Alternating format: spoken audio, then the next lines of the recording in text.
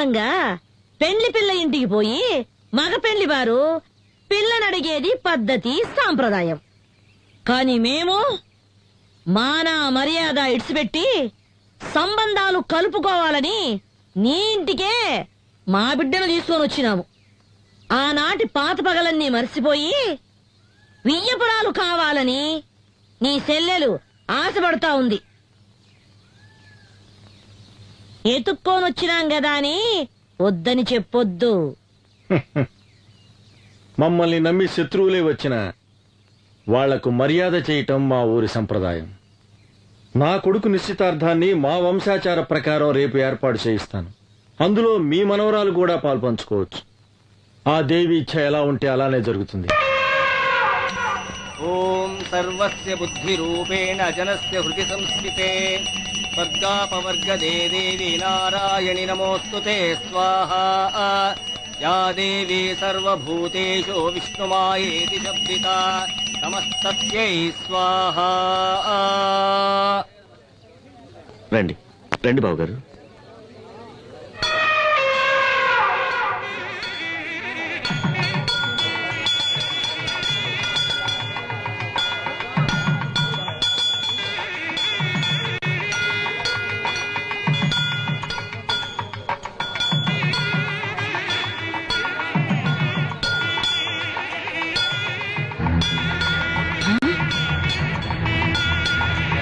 అయ్యో ఏంద్రా ఏంద్రా ఏను వెళ్ళిపోతా ఉంది. అయ్యో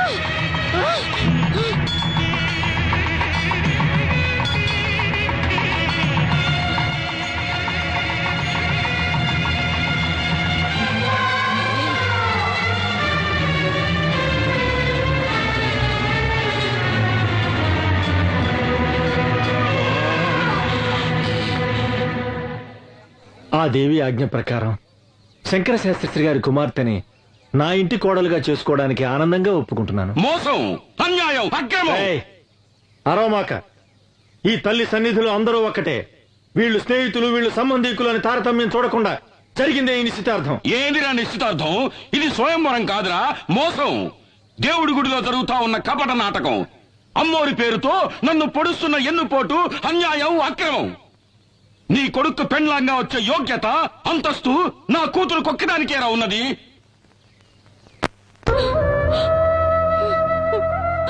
అన్నా, నేను అత్తవారింటికి వెళ్ళిన దగ్గర నుండి ఈనాటి వరకు ఒక్క రవిక బట్ట కూడా నీ దగ్గర నుంచి ఆశించలేదు. నీ తోబుట్టునైనందుకు కొంగు చాచి కోరుతున్నాను. నా బిడ్డని నీ ఇంటి గడప తొక్కని దాన్ని బ్రతుకు పండించుకొని. అన్నా అన్నట అన్నా, ఈ మాట అన్నానండి సిగ్గుగా లేదు, అవమానంగా లేదు? అన్నా అనే ప్రేమ విశ్వాసం నీకుండుంటే ఆ రోజు నీ అన్నను వదిలి లేచిపోయేదాన్ని కాదు. నువ్వు వెళ్ళిపోయిన తర్వాత నేనెంత ఇదయ్యాలో తెలుసా? నీకెలా తెలుస్తుందిలే, నువ్వు గుండెలు పగలగొట్టేదానివి కదా. నీ ముఖం నాకు చూపించకు, వెళ్ళిపో, వెళ్ళు. అన్నా, జరిగినదంతా ఓ పీడ కళ అనుకొని ఈ పెళ్లికి ఒప్పుకో అన్నా. నేనే మర్చిపోవాలంటున్నావు? నా అంతస్తుని, మాన మర్యాదల్ని, గౌరవాన్ని, ఘనతని ఒకే రాత్రిలో మట్టిపాలు చేసి లేకపోయావే, దాన్ని అలాగే మర్చిపోవాలి. ఇదంతా నా కర్మన్నా.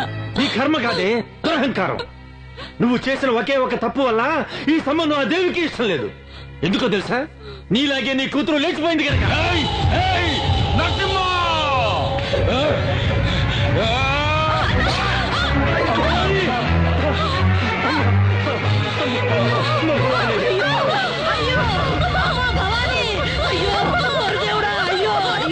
ఎంతమంది చేసావయ్యా?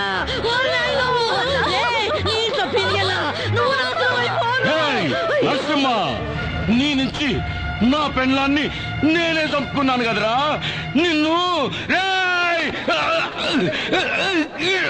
అన్నా, నీకు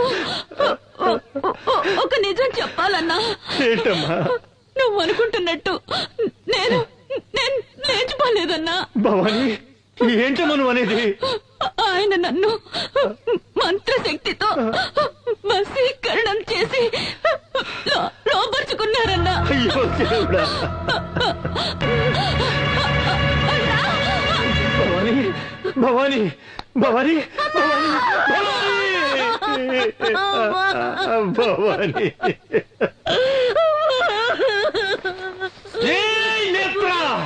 అన్యాయంగా నా చెల్లెని చంపేశావు కదరా.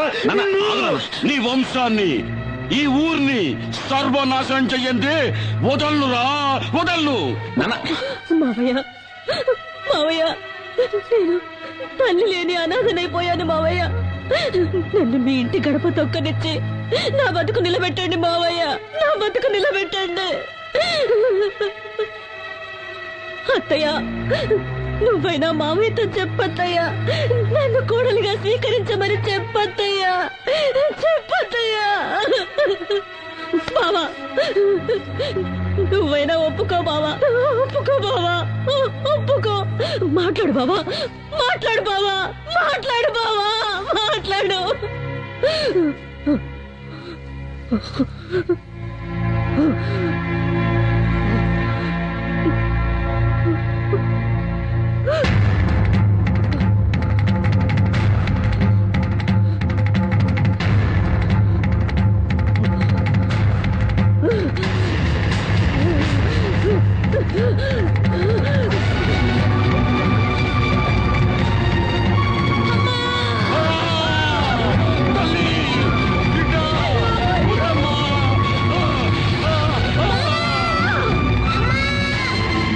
స్వామి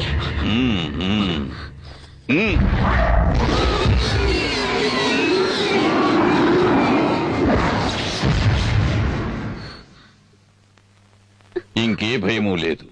ఆ మోహిని పిశాచిని ఈ లోకం నుంచి తరిమి కొట్టడానికి ఆ పెద్దమ్మ తల్లి కరుణించి ఒక పరిహారాన్ని అనుగ్రహించింది. స్వామి, సూర్య, రాబోయే విజయదశమి మహోత్సవాలను శ్రద్ధగా నిర్వహిస్తే కష్టాలన్నీ గట్టెక్కినట్టే.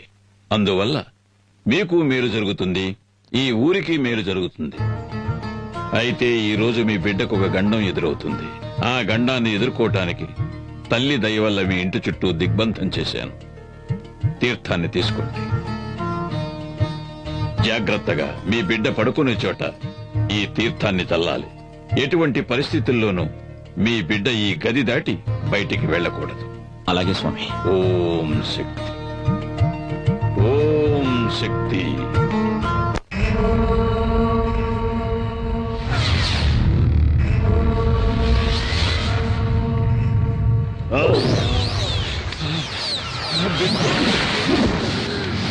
నాన్న, ఎవడో స్వామీజీ ఆ పిల్లదాని ఒంట్లోంచి నన్ను అవతలికి నెట్టేశాడు నాన్న.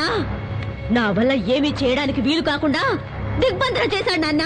కాపాలి, నిన్ను వాడెవడో దిగ్బంధన చేసినాడా? చట చట చట గడ గడ గడ గడ. ఓం చట చట గట గట.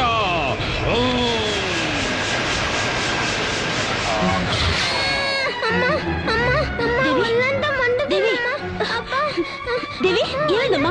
ఏమండి? ఏమండి? దేవి, దేవి, ఏమైందమ్మా? దేవికి ఏమైంది? ఏమైందమ్మా? ఒళ్ళంతా మంటగా ఉందట. దేవి, నీకే అవదమ్మా? రాజీ, దేవిని వెంటనే డాక్టర్ దగ్గర తీసుకెళ్ళాలి. వద్దండి. ఇది డాక్టర్లతో అయ్యేది కాదండి.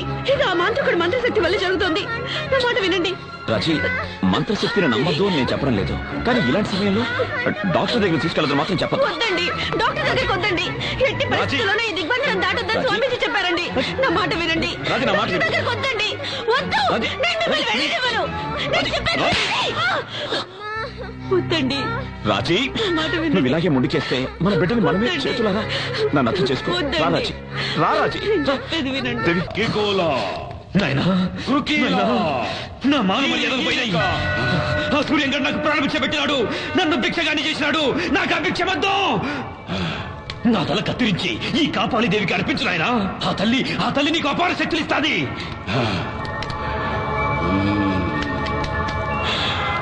నాయనా, ఆ సూర్యంగడ విజయదశమి పండుగ చేసినాడంటే వాడిని ఏం చేయలేమని అమ్మ చెప్పినది. నా తల నరికేయి నాయనా. ఆ సూర్యంగాడు చేసే విజయదశమి ఉత్సవాన్ని ఆపేయి నాయనా.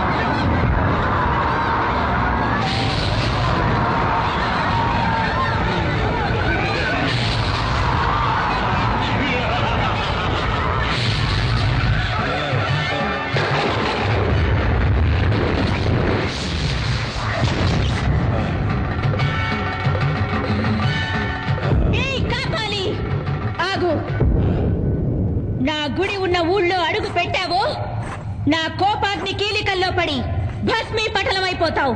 వసే దేవి, నన్నెవరనుకుంటాండావే?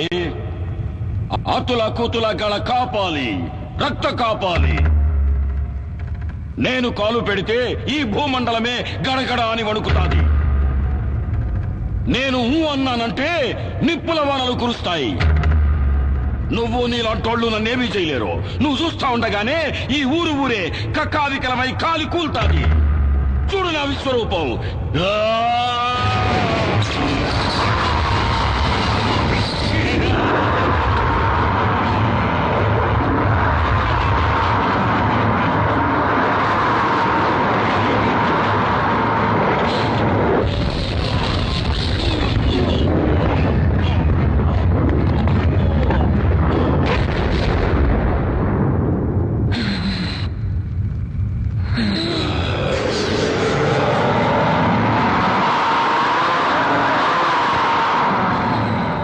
దేవి, నువ్వు నన్ను నిప్పుల్లో కాలిస్తే ఆ బూడిద పడ్డ చోటు నుంచే నేను మళ్ళీ అవతారం ఎత్తేస్తా.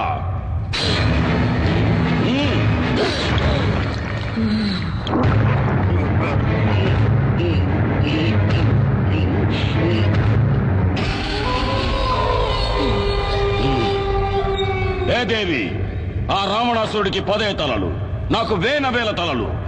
నరకట ఉంటే మళ్ళీ మళ్ళీ తలలు మొలుస్తానే ఉంటాయి. నువ్వు నన్నేమీ చేసేదానికి కాదే. ఇంకా ఈ కాపాలంటే ఏందో చూపిస్తా, చూడు.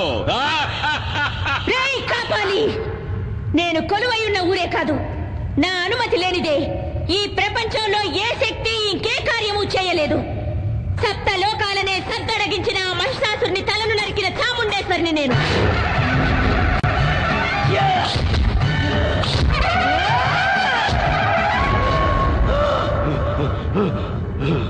దేవాది దేవతలనే తలదన్నిన చండముండులను చేసి చెండాడిన పెద్దమ్మను నేను.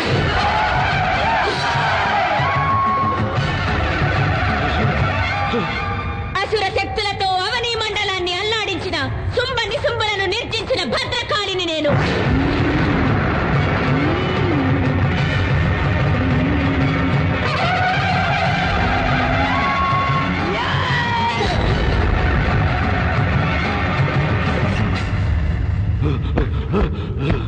ఈ సర్వశక్తి మీద నీ సమరం. నీలాంటి నీచ నికృష్టులను నీళ్లు తాగించవచ్చిన నిజ శక్తినిరా నేను.